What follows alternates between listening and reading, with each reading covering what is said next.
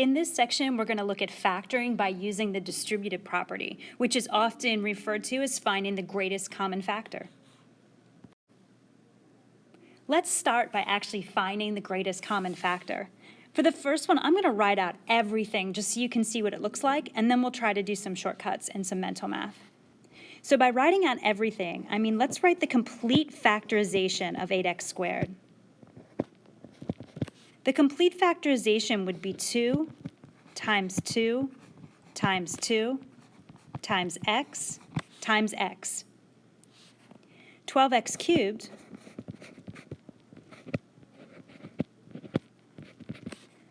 would be 2 times 2 times 3 times x times x times x. I'm looking for what's in common. There's a set of 2's, another set of 2's, and a set of x's, and another set of x's. I want to include each one of those one time for my greatest common factor. So my greatest common factor should equal this set of 2's and this, which would be 2 times 2,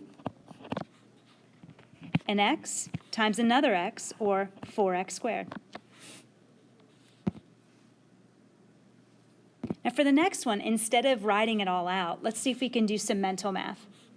I'm trying to focus first of all on the numbers themselves. I want to think of the biggest number that divides evenly into 16, 24, and 32. Your first thought might be the number 2, because it does divide evenly into all three of those, but it's not the biggest, so it wouldn't be considered factored completely. So let's try something different. Let's do maybe 4. Does 4 go in evenly into each one? It does, but it's not the biggest. So let's go ahead and get rid of that. How about 8? I think that's going to work. Let's go ahead and make 8 be our greatest common factor. 8 divides evenly into 16, 24, and 32. For the next part, I'm going to move on to the x's. We want to know how many x's are in common to each one of these. The first has 2, the second has 3, and the last has 1. Because the last one only has 1, we say that the greatest common factor has just one x in common. So in essence, we always take the smallest exponent. Now with that being said, you can tell with the y's we're going to have to do something similar. There's 1 y there, 2 there, and just 1 on the end. They only have 1 y in common. So the greatest common factor for all three of these terms is 8xy. Let's take this now and apply it to actual factoring. For factorization, you are going to factor out the greatest common factor. So let me show you what that looks like. In the very first one, we have 12x cubed minus 8x squared. The largest number that's in common to both of these, both 12 and 8, is 4. The largest exponent is x squared. So the greatest common factor, I just want to jot down here, is 4x squared. What we're going to do to factor is to write that out in front and undistributed. So I'm going to show in parentheses what's remaining from these two terms. Technically, you're dividing out 4x squared. But you can also think of it as if I've taken away 4x squared, how much remains? So if you take away a 4x squared from a 12x cubed, think to yourself, what do I need to multiply by to get that back? Well, in order to get the 12, I'd want to multiply 4 by 3. And to go from x squared to x cubed, I need times x.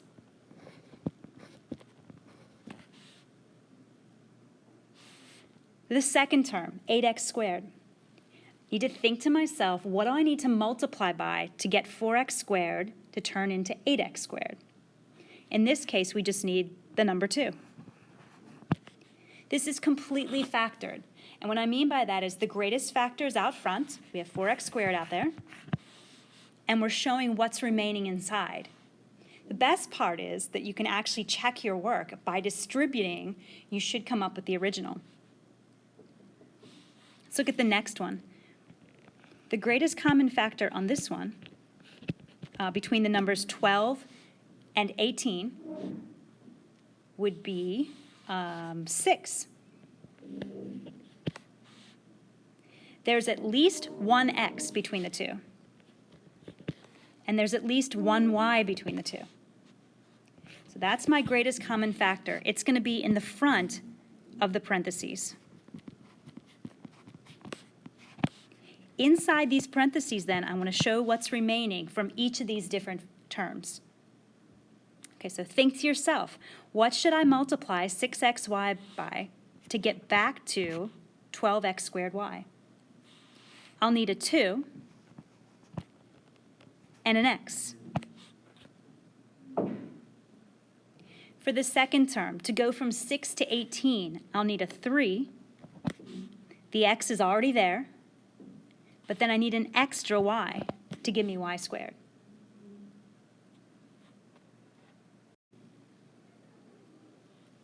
For this next example, it just gets a little bit bigger. There are more terms there. Specifically, there's the number 6. So let me go ahead and pull out a 6. There's also 3 x's in common. Inside the parentheses, then, I want to show what's remaining from each of the different terms. If you take a 6x cubed out of a 24x cubed, all I have left is a 4. If I take a 6 out of 30, I have a 5 left, but then I need an extra x to the first to get that x to the fourth back. And finally, if I take a 6 out of 42, I get 7, but then I also need x squared so that in total I have 5 x's. This is considered factored completely because the greatest common factor is in the front. This next one is interesting, at least what goes in the parentheses. I know I have a 9 in common and at least an x. Since the number 9 is already there, all I need to get that completed is an x there. This is the part that I think needs attention. We've already taken 9x out of itself, so technically nothing's there. We've removed it. But you need a placeholder. That placeholder will be the number 1. We'll use that to show that I've divided 9x out of itself. We can show this quickly if you redistribute just to prove that this is correct. That 1 is necessary to actually multiply 9x by to get the original.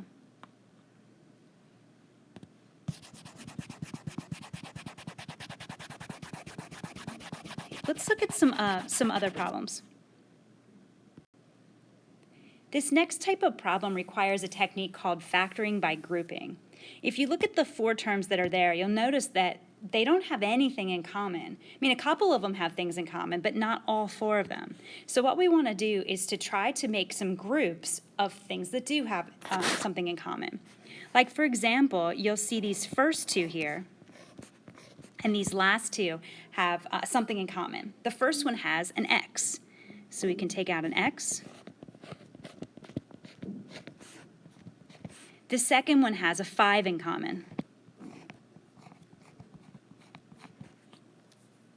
But we're not quite done yet. This is not factored completely because something very unique happens here. There's something in common to the answer now. These 2 terms have an x minus 1 in common. So what we can do is factor it out. So we're actually doing 2 different steps here. I'm going to factor an x minus 1 out in front of these 2 terms. In parentheses, I'll show what's left over. You can see from the first one, if you remove the x minus 1, there's this extra x. And in the second term, after removing x minus 1, there's an extra 5. There's the complete factorization. x minus 1 times x minus 5.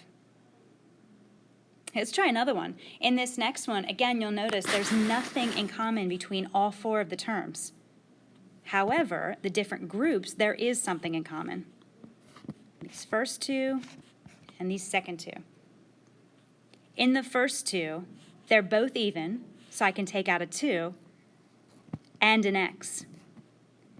That means left over would be a 3x minus a 2. In the second two, this is another really unique situation. There's absolutely nothing in common to 3x plus 2. However, I'm going to try to make it look like the problem up above. So here's the little trick we can do. I'm going to factor out a negative 1. When you factor a negative 1 out of negative 3x, this first term here, I get positive 3x. And when you factor a negative 1 out of positive 2, we get minus 2. Now, it seems kind of odd to do that, but look what's been created now. Now we have two like terms that can be factored again. It's almost like a little trick you can do on that negative 3x plus 2. I'm going to factor it out and show what's remaining in parentheses. There's a 2x from the first term, and there's a minus 1 from the second term.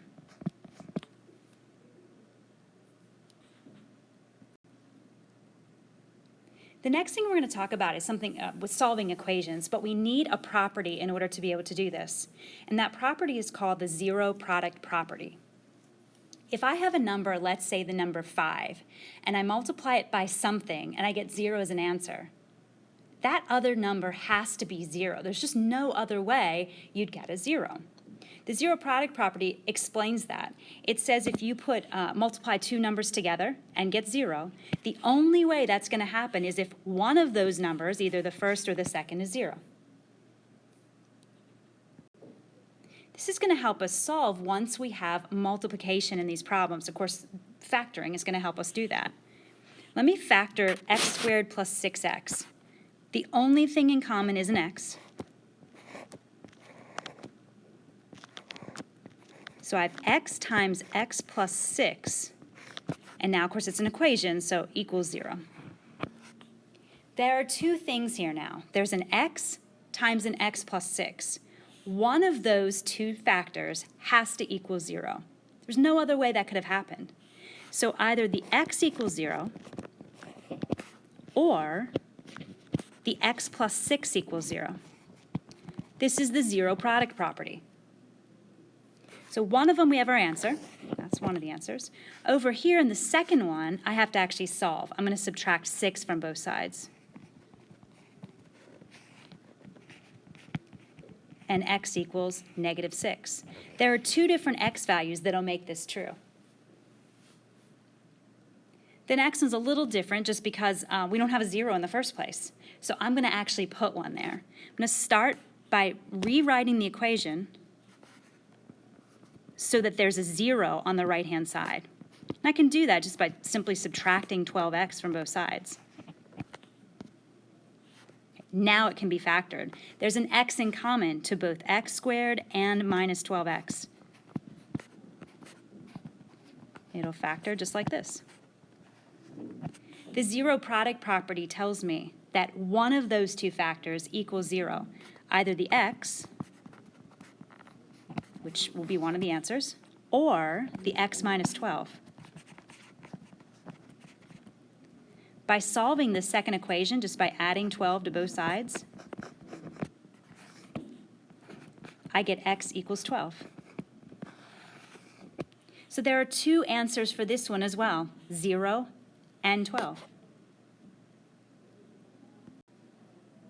Okay, let's get to two complex problems. So at this point, this is our worst case scenario. For the first one, it's another one with equals 0. So I want to take out what's in common. Only the x is in common.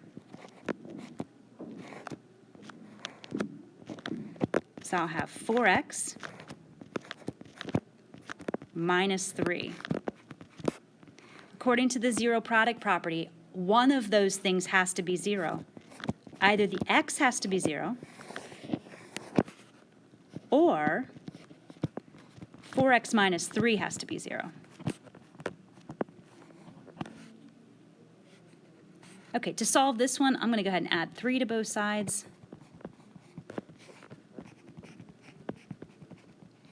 And then divide by 4. So two different solutions, either x equals 0 or x equals 3/4. Both of them are solutions to this equation. This last example kind of resembles a factoring by grouping. So this might be something that you get after the first step of it. You'll notice that there's an x plus 2 in common to both of these terms. I'm going to take that out front. Left over from the first term is this extra x. Left over from the second term is this extra 3. So here's the factorization. All right, so let me go ahead and set that equal to 0 and solve either the x plus 2 equals 0 or the x plus 3 equals 0. I'll subtract 2 from both sides here to get an answer. So either x equals -2, or if I subtract 3, x equals -3 could be an answer.